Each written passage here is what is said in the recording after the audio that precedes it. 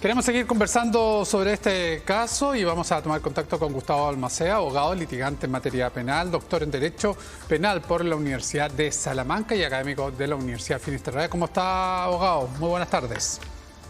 Hola, muy buenas tardes. Gusto saludarlo. Gracias por estar con nosotros, porque, abogado, en este caso, siguiendo además a cada uno de los eventos que ha habido, de las instancias que ha generado, van también generándose algunas interrogantes, algunas dudas en esta materia. No estábamos tan acostumbrados a tener algo tan público y siguiéndolo en tanto detalle. Por de pronto, abogado, hoy día hay una serie, y de ahí un poco la conformidad de la defensa, de una serie de solicitudes que por parte de la defensa son solicitadas y que son autorizadas además por el juez. Por ejemplo, y parto, lo que tiene que ver con las esposas que se les quitan durante la audiencia. Perfecto. Lo que es también este aumento en el tiempo de detención y que quede detenido por tránsito para que la defensa conozca más los antecedentes. Por una parte, eso ¿forma parte o es común que se dé este tipo de resoluciones por parte de un juez hacia la defensa? Muy buena pregunta. Es común en causas, no quiero decir de connotación, pero es común en causas donde la persona del imputado tiene una gran relevancia social. A propósito de la esposa, tratándose de un delito de esta naturaleza y de una autoridad pública, a mí me parece súper razonable que se las hayan quitado. Eso es algo que yo lo he pedido con clientes que no tienen la connotación pública que tiene él y es algo que me lo han aceptado, por ejemplo, en casos de delitos económicos. Bien, esa es una medida más razonable tratándose de delincuentes que son peligrosos en el sentido que pueden afectar la vida o la integridad de alguien en una audiencia pública. Entonces, en ese sentido, eso es algo que parece súper razonable y súper normal. Y en cuanto al aplazamiento, eso es algo que también los defensores hacemos en la práctica por un tema de igualdad de armas. O sea, uno, por lo que vio en la prensa, el defensor accede a los antecedentes de la investigación horas antes de la detención, antecedentes que son cuantiosos, largos y difíciles de estudiar, entonces parece súper razonable que uno tenga tiempo, un tiempo prudente para poderlo estudiar y defender bien a su cliente. Yo escuché parte de la audiencia en que se decía que no se entendía por qué daban este aplazamiento, porque la mayor parte de esos antecedentes provenían del propio celular del imputado. Pero bueno, eso es algo que los defensores tenemos que tener certeza y para tener la certeza tenemos que estudiar los antecedentes. Entonces, parece súper razonable que se haya dado por un tema de igualdad de armas. Las mismas armas que tuvo la Fiscalía, no tengo idea la querellante, para poder pedir medidas cautelares de esta naturaleza. Es razonable entonces que el defensor pueda acceder a esta información y poder defender bien al cliente. Y en cuanto a la zona de tránsito, también parece súper razonable porque la prisión preventiva no está decretada, se está discutiendo. Entonces, y tratándose también de, entendamos que no es cualquier personaje el imputado. Él estaba a cargo de la seguridad de todo el país. Entonces, imagínese usted el peligro que él corre frente a las personas que están privadas de libertad y sobre todo a propósito del crimen organizado. O sea, claramente ahí peligra su vida y su integridad. Ya, abogado, lo que pasa es que me llama la atención y me imagino que también a las personas que escuchan cuando se habla de personas con alta connotación. La parte de la seguridad, obviamente, porque ayer lo comentábamos, no puede ir a cualquier recinto penal y estar, por ejemplo, en un patio común con quienes él mismo persiguió o al menos fue jefe de quienes lo perseguían. Eso está relativamente claro. Pero, por ejemplo, cuando hay otras medidas que se adoptan porque la persona tiene un grado de connotación mayor, ¿eso no es un poco dejar de lado la igualdad ante la ley para todas las personas? La verdad es algo que por lo menos yo lo he hecho en la práctica muchas veces con personas que no son conocidas, pero básicamente por la naturaleza del delito que se le está imputando. Entonces yo no creo que esto sea un trato desigual porque es una persona importante. Yo creo que es un trato diferenciado porque no es un delincuente peligroso hablando de delitos de sangre. No quiero decir delincuente, hablemos de imputado, hablemos de persona imputada, ¿ya? Si el delito que se estuviera discutiendo es un homicidio, lesiones graves gravísimas, con una cantidad indiferenciada de víctimas, claramente que ahí la situación es distinta. Pero tratándose de una sola víctima, tratándose de un delito de carácter sexual, parece razonable que él se iba a comportar en la sala de audiencias de una manera correcta, guardando la compostura que exige la audiencia de qué se trata.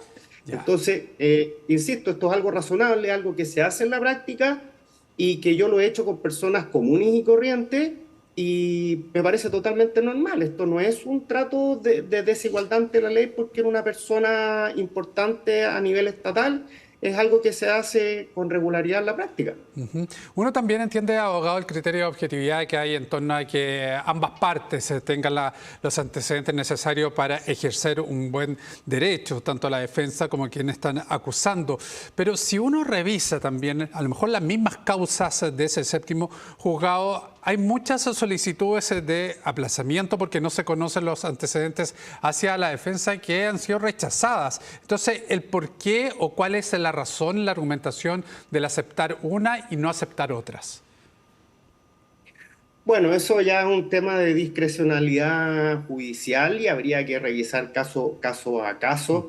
Si es el propio juez el que ha resuelto frente a casos similares de manera distinta, eso bueno, ya ahí verá el interviniente su estrategia procesal, eso podría dar incluso para un recurso de queja, digamos. Pero me parece súper razonable el razonamiento judicial en este caso y la solicitud que tuvo la defensa, porque uno como defensor tiene que tener igualdad de armas. Insisto, esto es algo que en la práctica hacemos los defensores y que lo dan los jueces, siempre y cuando uno argumenta de manera debida para tener igualdad de armas. A mí me ha pasado, por ejemplo, en que yo soy defensor y tengo de contraparte a 4 o 5 contenedores.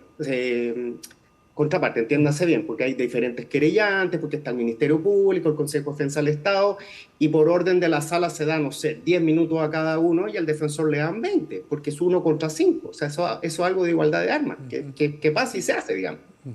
Ahora, sin calificar la estrategia de la Fiscalía, el Ministerio Público, ¿se pudo haber entregado, por ejemplo, la carpeta investigativa con anterioridad y con ello a lo mejor haber evitado esto?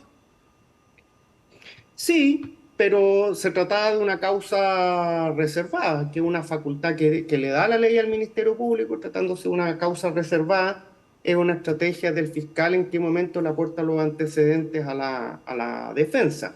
En causas menos complejas, con menores antecedentes, lo normal es que den un lapso de horas para que la defensa estudie los antecedentes, pero entiendo que los antecedentes son bien cuantiosos, por lo tanto, que den un par de días para estudiarlo parece súper razonable. Claro, porque lo que pasa es que uno de repente ve ciertas causas que la defensa ahí mismo, en la misma audiencia, está viendo y está revisando la carpeta y está leyendo los antecedentes que ahí se exponen. Entonces, es un poquito, abogado, entiéndame, para también comprender la diferencia que puede haber entre distintos casos. Todos son distintos, obviamente, pero es para entender aquello, esas diferencias que se dan.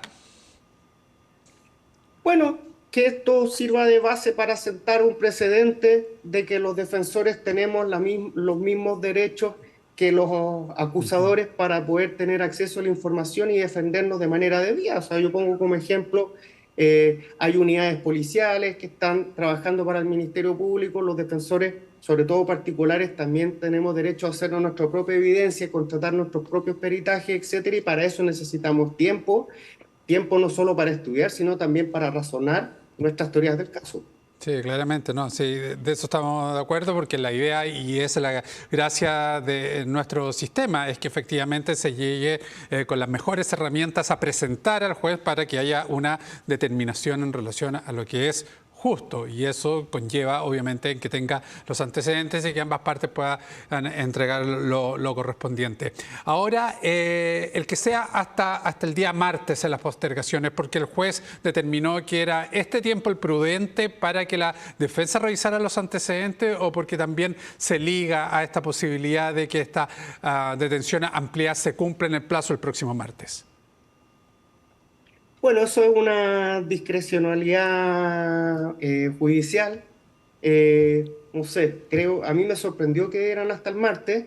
Yo pensé que iban a dar hasta el lunes. Claro, por eso le pregunto, porque a nosotros también nos sorprendió el hecho de que fuera hasta el día martes, pensando que podía ser el fin de semana y aquí se retoma el lunes, pero hasta el día martes. Hay que pensar, claro. A lo mejor, perdón, abogado, porque además la defensa reconoció que recién el lunes en la mañana le pueden entregar los antecedentes que están guardados en discos duros, el material audiovisual. Es una de las causas. Y también hay que pensar otra cosa, que estos plazos son garantías para el imputado, son garantías para la defensa. Entonces, si la propia defensa se allana a esa extensión, ahí no habría infracción de garantía, sino que todo lo contrario, sería un ejercicio de la garantía. Perfecto. Para tener una defensa material robusta. Claro. Ahora, abogado, ya esto se reanuda el día martes, y el día martes sí o sí tiene que terminar con la resolución de los jueces si acepta o no lo que está pidiendo la Fiscalía, que es la medida cautelar de prisión preventiva. Así es. Ya. Esto independientemente del tiempo que se demore, puede ser al día siguiente tal vez, y en ese día siguiente, esa noche, ¿dónde queda recluido Monsalve? Bueno, esa es una buena pregunta, porque en principio la persona tiene que cumplir su privación de libertad en el lugar donde tenga arraigo familiar. ¿Ya? En este caso sería lo más cercano a Viña del Mar, que entiendo que es Casablanca. O sea, él tenía su departamento allá, pero más cercanía aún es en el Manzano, que es uno de los recintos en la región del Biobío. Ahí está su familia, sus señores. Ahí está el tema de donde él tenga su arraigo familiar. Y ahí eso es lo primero que establece el reglamento de establecimientos penitenciarios. Pero en este caso tenemos un ingrediente que quizás es más importante, que es la seguridad de su vida y de su salud. Por lo tanto, yo creo que ahí tiene que informar Gendarmería dónde es el lugar que se pueda efectivamente cumplir con ese estándar, porque efectivamente, piense usted que lo encierran cerca de un narcotraficante que él mismo encerró. Claro. Claro, porque hoy día es custodiado por un presunto delito, pero hace algunas semanas él era custodiado porque era quien estaba siendo responsable de la seguridad en nuestro país, jefe de quienes estaban persiguiendo precisamente a narcotraficantes o a otros delincuentes. Exactamente, entonces no es lo mismo la privación de libertad de él que la de otro alto ministro. Él es un sujeto de interés para el crimen y sobre todo para el crimen organizado. Entonces, el lugar donde vaya a cumplir, para responder a la pregunta, eso lo tiene que reportar, informar Gendarmería, que sea el lugar donde efectivamente él no corra peligro en su vida y su seguridad. Muy bien, abogado, muchísimas gracias por estos minutos, muy claro también, y insistimos, junto con tener los conocimientos adecuados, ir contándole a la gente para ir comprendiendo también, conversando de este tema con el fundamento y con los conocimientos adecuados de lo que está ocurriendo en este caso. Que le vaya muy bien, buenas tardes. Encantado, igualmente, mucho gusto, saludos. Saludos. Gracias. Son las 5:31, nos vamos a un alto y regresamos con más. Este domingo, desde las 11 horas, en Mesa Central.